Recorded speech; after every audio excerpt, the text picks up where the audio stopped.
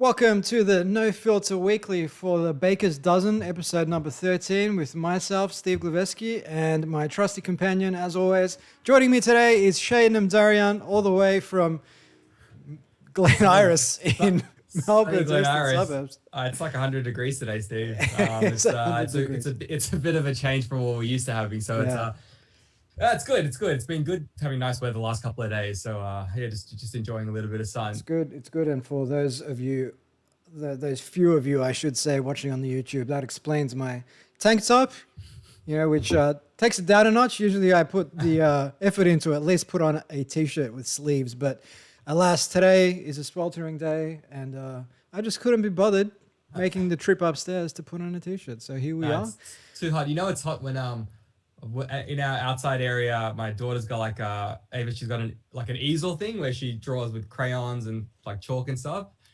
Yesterday and today, everything just melted. All the crayons melted. Everything's just destroyed, man. So it's definitely a bit of a heat wave in Melbourne right now. It is. It reminds me of that classic Spike Lee film, or the Spike Lee joint, should I say, from 1989 called Do the Right Thing, which starred a very young Martin Lawrence. And in that film, they were like, it's sweltering, it's 100 degrees Fahrenheit in Brooklyn. I don't know where I'm going with this, but that was an iconic film, really all about race relations and political matters in the United States, which I will use as a segue to talk about election 2020. I mean, it is obviously the big news story over the past week or two. It's taken up pretty much 90% of the media real estate. It's pretty much everything anyone is talking about right now. Prior to that, it was coronavirus. Now it's Trump v. Biden. I mean, just what are your sort of high-level thoughts about the whole thing, Shay? It's obviously dragged on a bit, huh? And I don't know. There's a couple of things. Obviously, but as of us recording, it sounds like Biden's won. But when you hear everything Trump is tweeting right now, he's just going down this crazy spiral. And it's funny, every time you see a Trump tweet about votes being fraudulent or whatever, all these issues, there's always one of those red exclamation marks with one of those warnings about everything that he says. No Twitter's basically censoring everything. Everything that Trump says. It's just super funny. And I don't know, part of me kind of has enjoyed Trump being the leader just because of the humor that he brings. Yeah. And I was kind of sad in a way that, he's not going to be there anymore, causing all this ruckus and, humor for the world. But I think even though he won't be president anymore, as of right now, I think he'll still provide a lot of joy for people around the world through other means. Yeah, definitely. So I'm just here on Real Donald Trump's Twitter account, and this claim about election fraud is disputed. This claim about election fraud is disputed. Everywhere. This claim about election fraud is disputed. So pretty much everything he's posting, and it's interesting that a lot of the stuff that he is posting is like some of these really far right media publications like Breitbart, the Daily Wire, Newsmax, and whatnot, as opposed to, say, some of the more centrist publications like Reuters or the Associated Press. But at the same time, he's basically fighting it to the death, and he's refusing to concede, and he's refusing to accept that the election was carried out legally without any sort of voter irregularity, which, if you look back to 2016 and Hillary Clinton's campaign, the Democrats said the exact same thing at the time, saying this election's rigged, the Russians rigged it, Facebook rigged it, the Macedonian teenagers creating all these fake news sites rigged it. So it's like, I guess it just goes to show, the sign of the times at the moment, where if it suits you, it's all good. If it doesn't, then it's illegal, crime, murder, all that sort of stuff. I think with Trump, it's also a little bit about delivery as well. It's like how he gets his message across, versus maybe how someone else might have said the same thing in a more, diplomatic way, as opposed to just tweeting about it, saying, all these outrageous claims. But you know what I realized? I didn't even know this, but I didn't realize how old Biden's 78 years old. Trump's 74, man. Both quite old. That's I've got a super old. You got a package or something? Yeah, exactly. Get that package, man. We're all working from home. That's all good. He just left it at the door. Biden's 78. So there's a, like, he's entering his 80s, depends on how long people are living for, but, he's a pretty old guy. I don't know how he's got the energy to kind of do what he's doing. Same with Trump for the last 4 years as well, right? Yeah, I'm sure that, they've got big teams, but still. Yeah, that's been a big talking point, the fact that Biden is kind of like a geriatric. I mean, Trump's not much better. Trump seems to be a lot more present. I mean, that's probably because they've hopped him up with all sorts of steroids and whatnot to keep him charging the way he does. I mean, for someone of his age, he definitely seems like he's got a disproportionate amount of energy, whereas Biden simply doesn't, and he seems to like lose his train of thought mid-sentence all the time, which, I'm prone to do, and all of us are prone to do sometimes, but he seems to do it a hell of a lot. But I think that's the point. It wasn't really about Biden. I think this election was really a matter of either you vote for Trump or you vote against Trump. And it just seems that he had slightly more people voting against him than for him. Did you see there was like I said, the Trump comedy, right? It continued for the last week or so, but there was this press conference I think that Rudy Giuliani did, and Trump, they were meant to book the Four Seasons hotel, but someone apparently mistakenly booked the Four Seasons landscaping business, like the front of that business, and that's where Rudy Giuliani did his speech. I think it happened like a day or two ago. It was just like classic Trump, where Trump tweeted, press conference at the Four Seasons, and then he had to retweet and say Four Seasons landscaping business or something. And it was literally right next to some adult store. It was one of the funniest things I've ever seen. You can probably Google it or look at it on Twitter. But just if you type in Four Seasons landscaping, you'll see the picture. It was like classic Trump situation. That's where they did their one of their press conferences. Have a look at that. That's hilarious. Why did Rudy Giuliani hold a press conference in a small car park on the outskirts of Philadelphia? Well, there you go. Four Seasons landscaping. Insane. It would have been pretty good for their business. They would have got a bit of promo for it. So So look, it looks like Biden's won it, but at the same time, we need to wait for the official announcement to come out of the powers that be. I mean, at the moment, it's only really the media that has declared the victory, and they obviously don't have the power to do that, but it does look like it is, even if some of these legal action is successful, it's really difficult to see that the tide will turn red anytime soon. Trump's still got 3 months in power though, right? Yeah, he doesn't. He maintains the position. I think it's until January sometime. Yeah, so Jan 20 or something, yeah. Yeah, so apparently there's a lot of stuff he can do between now and then to make life difficult for Biden when he takes office. Knowing Trump, he'll definitely do something. He'll definitely do something. But it was also important to note that the Republicans look like they're actually going to win the Senate by a couple of seats, whereas the Democrats lost. At the moment, they've lost about 4 seats net in the House, and it looks like they might actually lose up to 8 or 10 seats.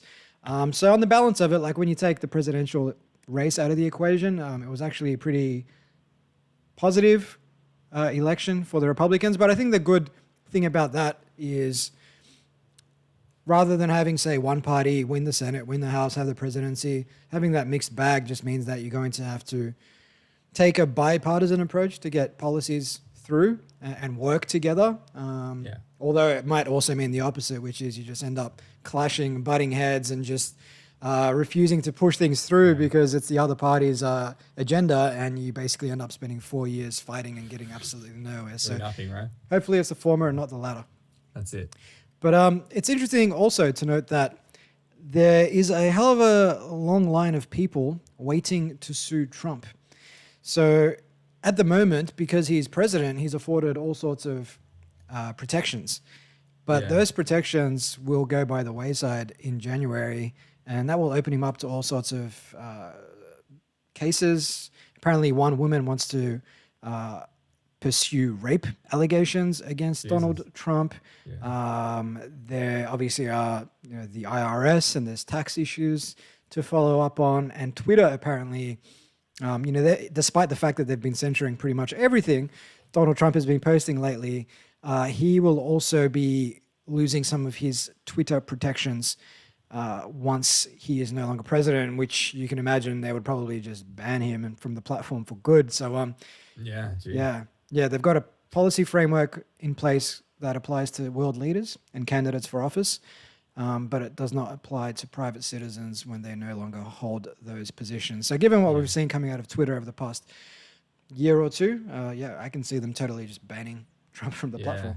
Oh yeah, guaranteed. And he's I'm pretty sure. Well, from what I gather as well, there were reports that his daughter is going to run for 2024 as well. So it's not the end of Trump. That's the thing, right? That's what people need to understand. He's not going to just go away and not linger around doing something. But is there a way? You mentioned obviously these people going after him in court. Is he looking to get like pardons or something during for his time as presidency, so they can't actually go attack him after he's kicked out of the presidency slot? I think he's trying to do something, right, to kind of cover himself for when that moment comes. I'm not sure about that. So there are posts here. So the Washington Post reported 15 hours ago that Trump can still make it very hard for the FBI to investigate him next year. So from a self-pardon to ordering the Justice Department memos, the president has the power to protect himself. So I'm sure he will spend most of the next couple of months doing whatever he can to further his own agenda rather than the agenda of the American people, and make Biden's transition to president as smooth as possible. Just one last thing before I forget as well. Dave Chappelle, best comedian going around, he did another monologue for Saturday Night Live. I think it was 2 days ago. Yep. Just after they announced Biden as pretty much winning. And it's classic Dave Chappelle. It went for about 20 minutes, and he does a really good job of that balance between cracking jokes but also saying serious stuff as well. And I think you could probably have a look online. There'll probably be quite a few people taking advantage of Dave Chappelle Saturday Night Live, that text, because you look at the videos and it'll be like 1,000 downvotes and 2 upvotes. It's just some random person advertising whatever they're doing. So be careful when you look on YouTube, because I think Saturday Night Live stops a lot of that stuff going on YouTube. But 20 minutes of classic Dave Chappelle. Yeah, well, we've got a Saturday Night Live. Hopefully it works, Dave. Oh no, here we go. Chappelle fashion. Say that, not you. What's wrong when you say it? There were moments of serious. This is just an Entertainment Tonight overview, so we won't. He says a few controversial things as well, which caused a bit of uproar. Yeah, what kind of controversial media. things? I think he made a joke about women's pay, like pay for women, how it should be less than men. Like in a classic Dave Chappelle way, and just classic Dave Chappelle stuff. Definitely worth a listen to everyone out there. And if you haven't seen, definitely have a watch of it. If you can find a good version of it online, it's hard to find. Dave Chappelle, women's pay. Let's see what he has. Okay, was there women equality? Women are dealing with comedy in the Me Too movement. Monologue.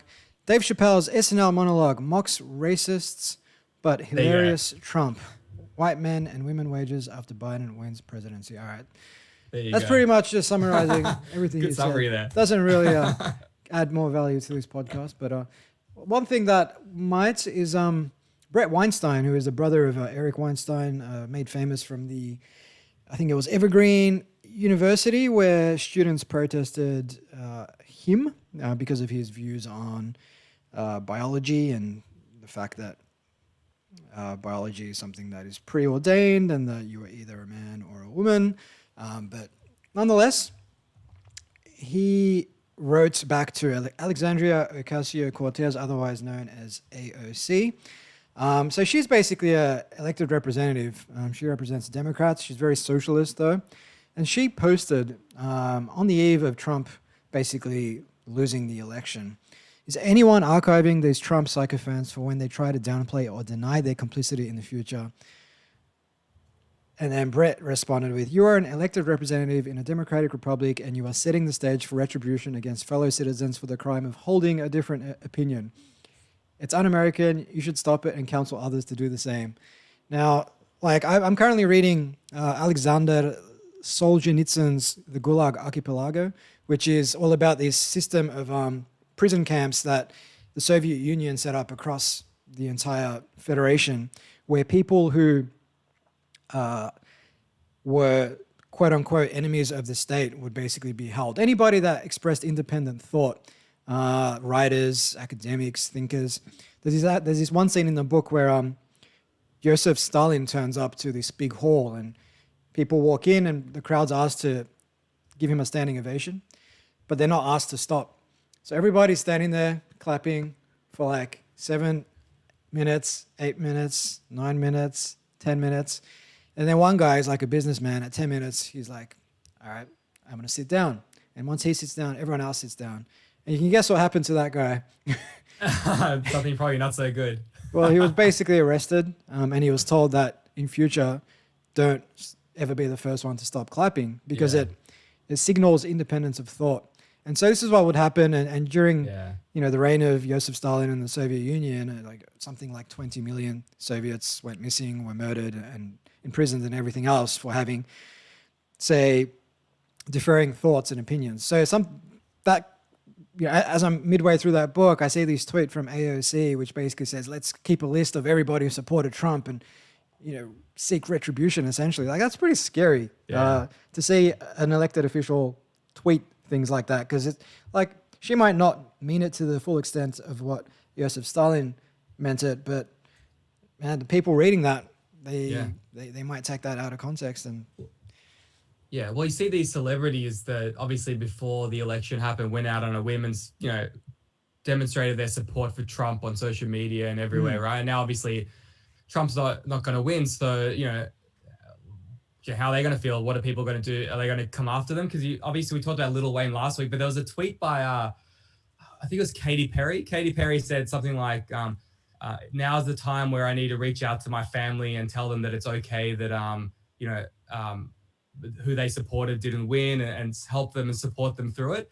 And she got barraged on social media saying how her family must be like white supremacists and all this kind of stuff. It was like crazy response from people, but that's just the nature of where we're at right now, where people, when they do show some sort of allegiance, whether it be themselves or their family, people just go, they're just ruthless. That's nuts. That's nuts. Yeah, I'm reading it now. So Katy Perry is getting called out on Twitter after encouraging followers to call their families on the other side of the political spectrum. So she's basically getting called out because she's calling for unity at its core. That's absolutely insane. It kind of reminds me of the book The Righteous Mind by Jonathan Haidt. Now, in that book, he basically says that when we identify with a tribe, we lose the ability to listen to or hear the other side's opinions. Not only that, but we start to see them as morally irreprehensible and dangerous. And it seems like that's what the political landscape in Australia, but a lot more so in America, looks like right now, where that divide between the left and the right is just, so bitter that people are saying they're on the cusp of, say, civil war. And when someone like a pop star can't say something which essentially says, hey, people, let's come together, without getting called out for it, that speaks volumes. Yeah, it's crazy. Like I said, this is just the nature of the world right now, where anything people say is going to be analyzed to the nth degree. And it's just a lot of simplifications. Yeah, like one tweeter said, "Super good to know white supremacy isn't a deal breaker for you." Like, But that's the thing. That's their linkage, right? They link what she said to her family being white supremacists just because of their support for Trump or Republicans, right? So yeah, insane. And Fox News obviously reported on it, as did many other outlets. And interesting to note with Fox News, which is traditionally, at least over as long as I've been around, I mean, I believe it's a Murdoch-owned network, and therefore a lot of their commentary is right-leaning, has been favoring Trump over the past 4 years. Yet they seem to call the election early. They seem to call a number of seats early, such as Arizona. And as a result of that, they've been facing a big backlash in terms of a lot of the conservative viewing public who made them number one in the United States have stopped watching. And so now Fox's viewership is down 20%. That was 6 days ago. I think it's dropped even more since then because of that early call. So people just feel like they've been betrayed by the network that they've supported for the last 4 years. Yeah, it sounds, just to build on that, it sounds like a lot of their reporting over the last week or two has looked negatively on Trump, like, you know, most reporting elsewhere. So sounds like Fox News is generally the one that, you know, looks favorably on Trump, but not so for the last few weeks anyway. Yeah, well, I guess they saw the writing on the wall and they're like, oh shit, we got to change our tune. Jump ship. Jump ship, man. Terrible. All right, well, I think we've spent a good 25 minutes talking about the election, and of course, people can find a million places right now to learn more about that. And I think, unless you have anything else to add on the election, we might leave it there. You mentioned just a quick one. You mentioned earlier that the talks either been of the election or, you know, coronavirus, right? Today, kind of there was news today that Pfizer has had a successful trial for their vaccine, and I don't know if you've seen like the share market. Oh man, it's crazy, right? Like you see all those. I think it's peaking, like it's at a record high at the moment. Yeah. You see, like stocks, you know, like airlines and things like that just dominating, up 10, 15. Boeing's up 15, 20%, right? Whereas Zoom's down like 15, 20%. All the online players are just dropping like crazy. It's just so funny how the market reacts to information. If you ask anyone in the kind of medical industry about this, you know, trial and, you know, what does it mean, right? There's still like a long way to go, but people see that as, oh my God, we're going to get a vaccine shortly. Let's just, let's dump all our Zoom stock. Let's buy, you know, airlines, you know, all the stuff that we couldn't do because of coronavirus. It's just funny how people react. And I know you have your views on the stock market, but it's true. It's very much like, it's just sentiment. It's big time sentiment, and people are just got to make a shitload of money out of the ups and downs that come along the way if they're smart about it. Yeah. And I can see here that since Friday, the 30th of October till Monday, 9th November, so a little more than a week, the share market went up from 3,310 points. This is the S&P 500 to 3,550. So that's basically like 7.5% jump. But 3,550, I mean, that looks to be the all-time record high, which is absolutely, given everything that's going on in the world right now, given that America looks like it's on the cusp of civil war, given the coronavirus is still lingering, given that we still can't travel, Europe, the UK have gone back into another lockdown, the fact that the share market is at an all-time high in the United States absolutely validates what you just said there. It's just so sentiment-driven. It has little to do with the underlying value of the companies. I think Trump came out as well, and he said that the news of the vaccine successful trial was delayed till after the election. Like they had the news earlier, and like, you know, because of the election they delayed. Classic Trump stuff, right? But it's just like, man, it's just crazy. Like to be honest, like 90% success rate is great, but it doesn't mean anything now. It's all kind of like, hey, what's the future look like? And everyone's just betting on these stocks that like for me, I look at Zoom. Zoom's not going anywhere. People, they're not just going to go back to work and just live their life like they did previously, right? Same with, you know, these online players, like a lot of the online marketplaces, you know, the ones selling items or beauty products, or there's like My Deal and Temple & Webster and Kogan, all these brands. They've just taken a battering because people all of a sudden now think that people aren't going to be buying things online, right? They're just going to be going into stores again tomorrow. So it's just crazy, man, the way people operate. Yeah, definitely. I mean, we've had the ability to go back to the office now for about a week and a half. And I know you haven't, I haven't, because we've more or less normalized working from home and the benefits of doing so. And we're just a small team, but you can see that being extrapolated out across large organizations. I mean, we've got friends that work for big behemoths like EY with 150,000 employees around the world, and them too, working from home more often than not, which is really going to hurt brick and mortar businesses and whatnot. People have that, they've gotten the working from home, they've got a taste of working from home, right? And for people to go back to, you know, working from the office, it's probably something a lot of employees will push back on, right? And there'll be a slight adjustment back to somewhat of a normal, but there'll be way more people working from home than there was prior to COVID. Way more people. Yeah. You'd think that all the local cafes will just make so much more money now. Yeah. Given. Yeah, for sure. Yeah. Because sure. And they'll get, Yeah. I mean, I'm one person and I've spent so much more money at my local cafes in the past 7 months. And then you take the whole community. Yeah. Imagine, I don't know what the cafes and the scene is like in the city, But Yeah. I don't know. I'd be interested. I might drive by the city later this week just to kind of see how many cafes have closed down. Yeah, because I'm guessing there's a shitload that were relying on that, work crowd to kind of push them through. And obviously that hasn't been there. So I'm sure there's been a lot of places closed down, but at the same time, I'm sure there's a lot of opportunity for people that want to kind of, purchase one of these places or lease out some space at a much discounted rate. Definitely. I mean, the work crowd, also the tourist crowd. We've had no tourists come through for months now. Yeah, for sure. Although it's good to see that the New South Wales-Victoria border opens on the 23rd of November in a couple of weeks' time, which gives us access to not much other than maybe Sydney and Byron Bay. Well, they say that it's just, we're less of a risk now than Sydney is to us. Yeah. Because of our like low cases or whatever. We've had 0 cases for the last 10 days, whereas Sydney still has, more cases than us right now. So it's funny how the tables turn.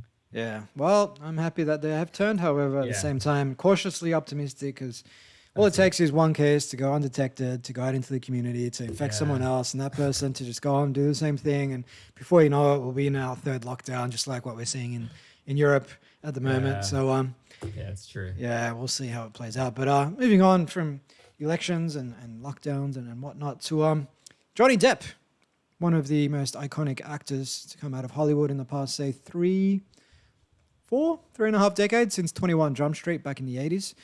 He's been cancelled on the back of his libel case loss against his ex-wife, Amber Heard. So this was in response to domestic violence allegations against him, which he lost out on because of the benefit of the doubt. So as a result, Warner Brothers has asked him to resign from the Harry Potter prequel franchise called Fantastic Beasts. And he has reportedly been fired from the Pirates of the Caribbean franchise, where he played the unmistakable role of Captain Jack Sparrow. I know you've read this article. What are your thoughts? Yeah, it's going to be hard for Johnny Depp to kind of come back from this, right? It's that whole, like you mentioned in the article, it's that whole thing where it's out there and he's been accused of it, and it's been proven that he was in the wrong. So he all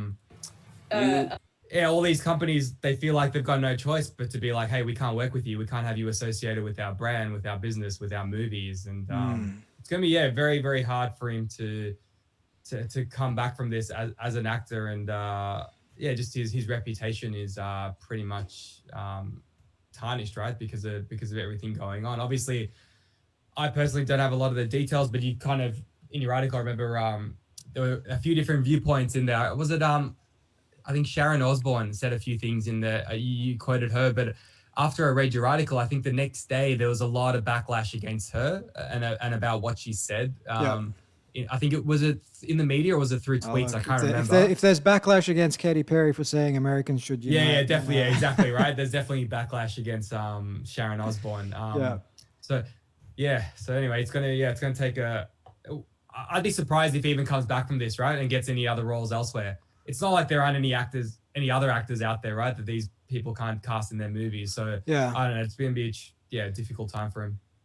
Yeah, it will be. I know there's a big online movement, though, in defense of Johnny Depp, because the evidence that was presented kind of suggests that per Sharon Osbourne's words, it was a toxic relationship, and both of them perhaps engaged in forms of abuse to each other, which doesn't pardon Johnny Depp, but also throws into question Amber Heard playing the victim, and sets a dangerous precedent when we destroy people's careers based on a judge's ruling, which was based on not beyond any doubt, but by giving someone the benefit of the doubt. And that's the thing with libel cases, is the bar is set a lot lower than it would be in a criminal case. And it was interesting. I don't know if you read this or if you listened to this telephone exchange between Amber and Johnny, where she basically conceded to hitting him, but then she was squabbling over the fact that she wasn't punching him, she was just hitting him,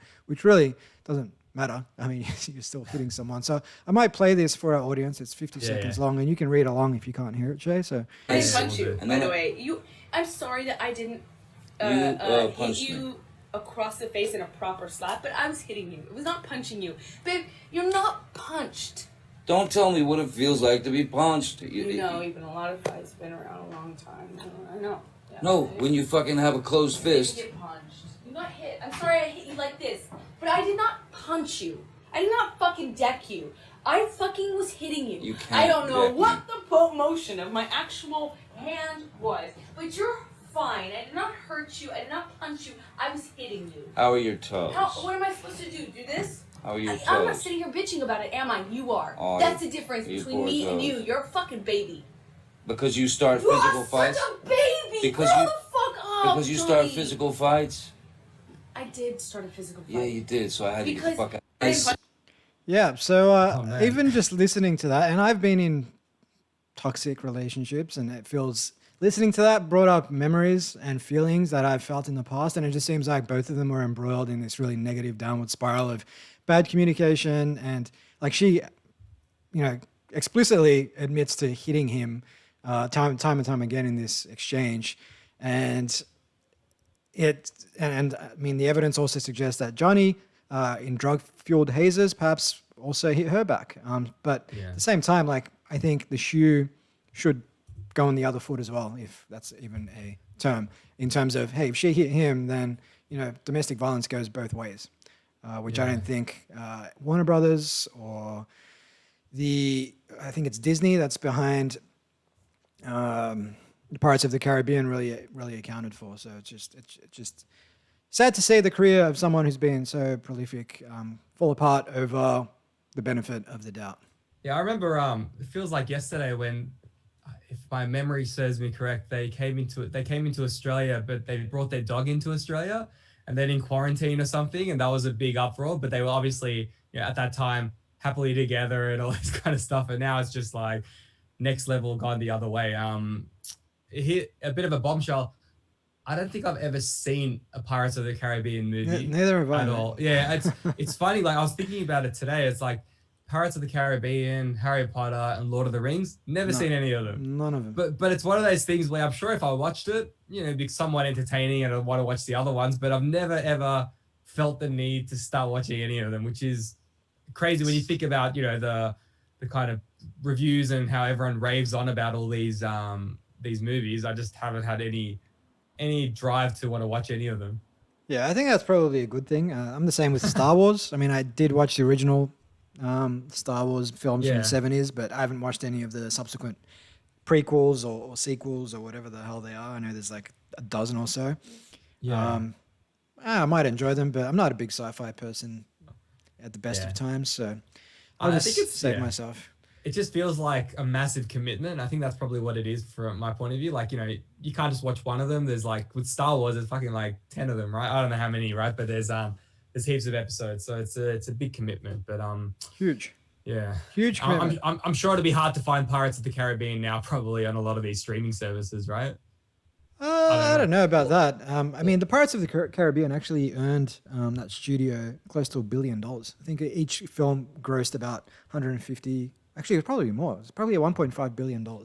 So, well, I remember with R. Kelly, when a lot of the news broke around R. Kelly and how he was doing some really inappropriate things with young girls, etc. It's very hard. His music never gets recommended on any of these streaming services. So it's very hard to find his music unless you're specifically searching for it. So like there is manipulation when it comes to some of these celebrities and what they're doing. Yeah. There was Spotify did something around R. Kelly when that happened, but then they reneged. So they weren't recommending it. They were making it harder to find, but they realized that they were out of their depth and they stopped doing it. And that whole thing came about again recently in the media when the whole Joe Rogan Spotify supposed censorship scare took place. But Spotify stepped back from that. But I think at the moment, the Pirates of the Caribbean will be fine.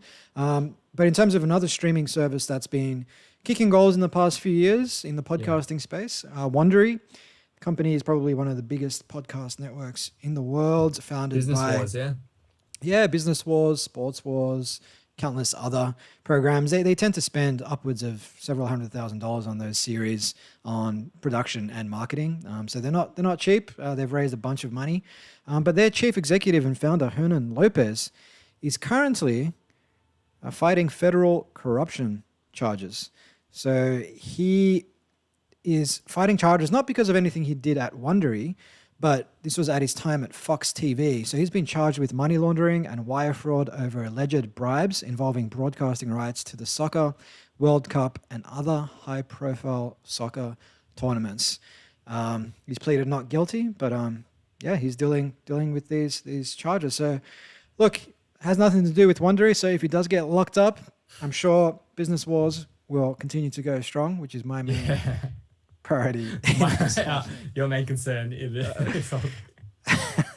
Admittedly, I haven't listened to Business Wars in a while, but yeah. No, there's heaps of episodes, right? It's one of those things where once you get sucked in, it's just like episode after episode. But no, it's a good one. Any other good Wondery? Wondery comes out with a shitload of podcasts, new ones every now and again as well that get decent reviews. But when there's just too much out there, it's just like, where do you even start?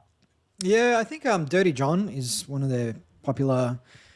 It's kind of like a gangster series. Man in the Window, The Detective Trap, Dr. Death. There's a whole bunch, and they've really doubled down on these narrative form storytelling podcasts, kind of like our own Battle of the Bands, or Get Your Rocks Off. But the one of their series, Dr. Death, which is about a Texas doctor who was accused of medical malpractice, that attracted 17.5 million listeners in its first season, which, shall I say, eclipses Battle of the Bands at least one or two times over. Look, it just speaks volumes about how popular podcasts are, where they're pulling those kinds of numbers, like way bigger than many, free-to-air television TV shows. Yeah, I think it's with those stories as well. It's a bit of an escape for a lot of people, like, escape from their lives, what's going on. They kind of hear another story and kind of get into that and kind of forget about what's going on in the world. I think it's probably becoming even more popular due to that. Yeah, and look, it's just another way to binge. Yeah, and essentially, I suppose, takes advantage of a psychological vulnerability that human beings have to want to escape, but also to want to seek out that quick dopamine hit. Hence why people binge Netflix, hence why they binge podcasts. But it's also a good way for the podcast network to rack up those downloads, because it's not just like a Tim Ferriss episode where you can just listen to one episode in isolation and that's it. If you listen to the first episode of a 12 episode, Amazon versus Walmart thing, you just keep listening to all of them. Yeah. You're like, shit, what happens next, right? It leaves you on the edge and you're like, shit. Exactly. Yeah. But just one more thing on Wondery. They only employ 70 people. So they very much espouse some of those things that we've talked about previously about, being super lean, and how if you're super lean in today's market, it gives you a massive advantage over other bloated companies. And they've also managed to produce more than 50 original podcasts, and they've got 16 shows that have been optioned by TV for TV development, which is where they make a whole bunch more money on those option deals. So a good case study for anyone out there building a business who has a small team. It doesn't mean you can't swing for the fences and have a huge impact in today's climate. Nice one. No, it's true. I remember I think Dirty John's the one where it's on Netflix as well. They turned it into a series as well. So it's the perfect example, right? Where they just do these podcasts, and these streaming services, they all want content, right? They all want good content. And if a podcast can prove that something is of interest to an audience, then it gives them that validation to go, hey, let's make a movie or let's make a series about it on TV, and people will watch it as well, right? Same audience will end up watching this as well. Definitely. Moving on from media to sport, NBA. I mean, you're our resident NBA analyst. What's any big news in the world of NBA? There's probably a couple of things. One is there's reports that the season will start December 22nd, the new season. So literally the last season, what are we now, November?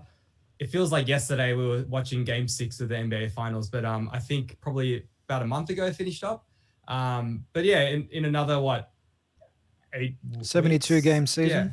Yeah, 72 game season, December 22nd. The reason why they want to start it so early, straight after the previous season, is because they don't want to clash with the Olympics. Yeah. But there's been a lot of like pushback from NBA players just around, hey, I think it ends up being like 70 or 80 days since the last game of the previous season. So it's very condensed in terms of the off-season break, and players like LeBron and etc., they need those breaks to kind of make sure their bodies are ready for the next season. So there's been backlash from players like LeBron. People are saying that LeBron might sit out the first month just because he needs to get his body right and he doesn't want to risk anything throughout the season to give them a good shot at the playoffs. And then apart from the season starting December 22nd, I think there's actually another reason. They want to get it in before Christmas, because those Christmas Day games are like super popular, right? And it kind of probably gives people hope as well that if they can get a bit of a crowd in there, it's always good to have something to look forward to around the festive season. So are they looking at bringing back crowds? I don't know. They haven't confirmed anything around that yet, but every other season, that December, Christmas game period is like super, big and massive, and it's a big draw card. So if they can get fans in the stadium, it'll be a big deal. But I think either way, from a like viewership perspective and getting sponsors and partners on board, they'll still make money off it, even if it's on TV, because families are together, they'll watch sports together and all that kind of stuff. So that's one bit of news. And then the other one is, I think the draft is coming up pretty soon. I think maybe within the next week or so we'll have the draft. And from all reports, it's not like the strongest draft going around. So there's a lot of there's uncertainty in terms of who's going to go early in the draft and so on. So apart from that, not much going on in the NBA. Yeah. Well, our old friend Charles Barkley, he's always got something to say, right? He's pledged $1 million to Tuskegee, I'm not sure how you pronounce that, university. It's his fifth pledge to historically black colleges. Of course, he hails from Alabama, and earlier this year, he also gave $1 million to Miles College, which is based in Alabama, as well as Clark Atlanta University and Morehouse College, also in Atlanta. So it's good to see Chuck, who perhaps missed out on that era just of really massive pay packets. He came in on the tail end of it, so he definitely would have made a bit of money, but nothing like what your equivalent superstars are making today. But it's good to see him putting his money where his mouth is. I think he's been one of these guys that's been vocal against just throwing words around. Like when Stephen A. Smith said that Steve Nash got the job because it was white privilege, and Chuck said that's ridiculous. Rather than just coming out and saying these things that ultimately outrage and divide people, Chuck's out there just, putting his money where his mouth is, rather than just saying things that are politically polarizing, which is great to see, and I think something that you'd expect from Sir Charles Barkley. Yeah, he I'm sure he'd be making a fair bit of money on TNT and all the NBA stuff that he does now. But you're right, that era, think of the players that played around the same time as him, right? That were pretty good. I'm sure a lot of them would just be living normal lives now, right? Like they wouldn't have been making the money that these average to just ordinary players are making right now. So there's some contracts out there there's always like those lists of like the 10 worst contracts in the NBA. And it's those players that had like a good 5 or 10 games, and then they end up signing a contract for like 5 years at some ridiculous levels. And then like 10 games later, they become crap again and no one wants their contract. And to be honest, it gets to the point where some of these teams, they need to offload these contracts and they have to attach like high draft picks to offload those contracts. They have to give that player plus some really high draft picks just to get them off their books and give them to another team that has space for the salary cap. It's just crazy. But that's just the front office, right? These front offices, sometimes they just like make these bad decisions and they have to live with them. Yeah. Well, DeAndre Jordan, who plays for the Brooklyn Nets, number 3 worst, according to Bleacher Report, 4 years, $40 million. I don't know about you, mate, but I would gladly take $40 million. What's the worst one they've got on there? There's got to be. It's not even that bad, mate. I mean, it's all relative. So the worst is Terry Rozier from Charlotte Hornets, 3 years, $56 million, which is basically like $19 million a year. Which, look, mate. No, well, but he was he was one of those players where he had an okay year. Like I think he was coming off the bench and he played really well. And then the Charlotte hasn't been known for the best ownership. Michael Jordan is. So you're saying it's a bad contract for the club, not the player? Yeah. The players like the bad contract for the club. Yeah. The players loving life. He's loving life, right? Yeah. But he went over there and he just become average, right? But the thing with Charlotte, like I said, is Michael Jordan is not as good of an owner as he is, or GM or whatever as he is basketball player. So he's definitely given out some pretty average contracts over the years. Yeah. Well, here we have some of the best contracts. Jake Layman from Minnesota Timberwolves, 3 years at $11 million, which is only less than $4 million a year, which isn't much by today's NBA standards. So he's really signed himself. He sold himself short, I would think. Well, there's also the challenges because of the salary cap. So, there was always projections salary cap would increase and continue to increase. But with coronavirus, I don't think it's going to increase. It's probably going to stay the same or go down or whatever, right? So that kind of obviously impacts how much teams can spend as well. But it also comes down to how much a team is willing to spend, because the teams with the really rich owners are happy to go over the tax or luxury tax or whatever they call it and just pay a shitload more to kind of get some, good players in. So it's same with the soccer as well, right? With a lot of those overseas European leagues where you get the really rich clubs that just spend shitloads of money on all these players and they're happy just to pay the money because their owner's like a cajillionaire, right? It's like, it's no big deal for them. Yeah, with a lot of clubs in Europe, you don't really have salary caps. So it's really just a matter of, like when Roman Abramovich bought Chelsea essentially. Just bought Didier Drogba and all these players. And they won a couple of Premier League titles. I think they won the Champions League once from memory. Yeah. And then now the similar thing's happening where I forgot his name, but the Sheikh from the UAE bought Man City a few years ago, and they have been killing it for the last few years. I mean, they came second last year to Liverpool, who won their first title in 30 years. But, we talked about underperforming contracts. Man City have been underperforming this year. 7 games in, they've only got 12 points. Won 3, drawn 3, lost 1, and they find themselves in a very unfamiliar position, at least as of recent memory, of 10th place, but their crosstown rivals, Man United, are in 14th place at the moment with 3 wins, 1 draw, and 3 losses from 7 games. So it's really unfamiliar at the moment. When you look at the top of the table, Leicester City, number 1. So they might be on their road to pulling another rabbit out of the hat as they did a few years ago where they came out of nowhere and just won the Premier League. And then you've got Aston Villa, Southampton, Everton, Crystal Palace, Wolverhampton making out the top 9. So it's good to see, though, when you see some new faces, new clubs in there rather than just Arsenal, Man United, Liverpool, Chelsea, and Man City topping the table each year. Yeah.